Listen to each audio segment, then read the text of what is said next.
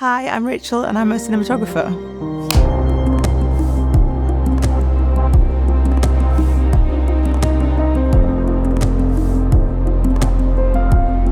Weirdly, like now, a lot of the people I have operated for or shot second unit for are all people that gave me chances like back in the day. My first job as a camera trainee was with Danny Cohen, and I had been a runner on This Is England, and I'd pestered the camera department a lot. And Danny eventually, I think, just gave in and gave me a job. Started loading, being a second AC on different jobs, lots of low budget indie movies in the north, like Bronson and Control. And my first focus pulling job was American Honey. And we did it all on a follow focus, so I would be on one side of the camera and Robbie would be on the other, and we'd be kind of fighting for the wheel. You know, sometimes he would want to actually pull to infinity, he'd want the person to be out of focus, and I wouldn't know because it's in his brain.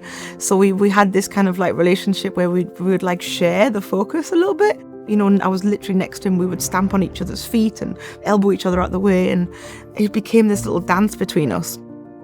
To be a good focus puller, you have to get through that first few years of the stress and the fear of I'm going to mess it up, or I don't know what I'm doing. And every job, it's you got to get into the rhythm of the DP and how they move and how the actors move and how the lenses are scaled. And I also think focus pulling makes you an amazing operator because it's kind of storytelling as well.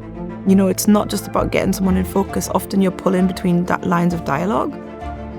It's bravery because you have to trust your instincts. If you hesitate for a minute, you've messed up. And it's the same with operating, you've got to understand when people might stand up and people might move. Also, it gave me a lot of confidence.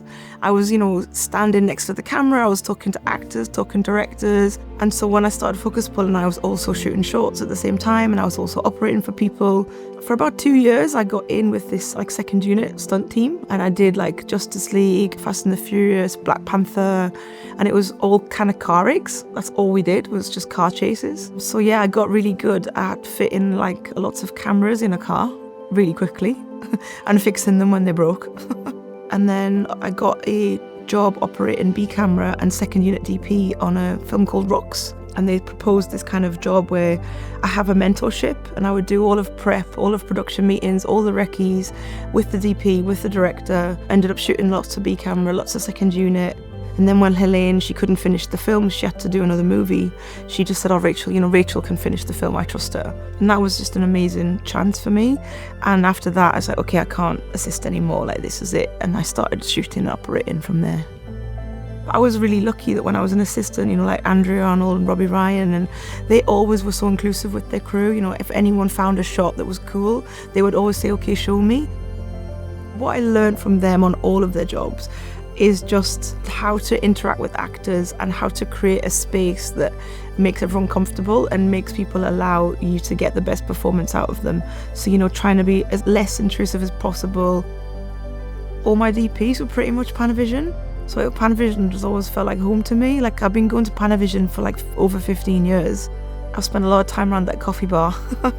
I was always comfortable with their lenses and cameras and stuff, and lots of Panaflexes when I was loading and operating.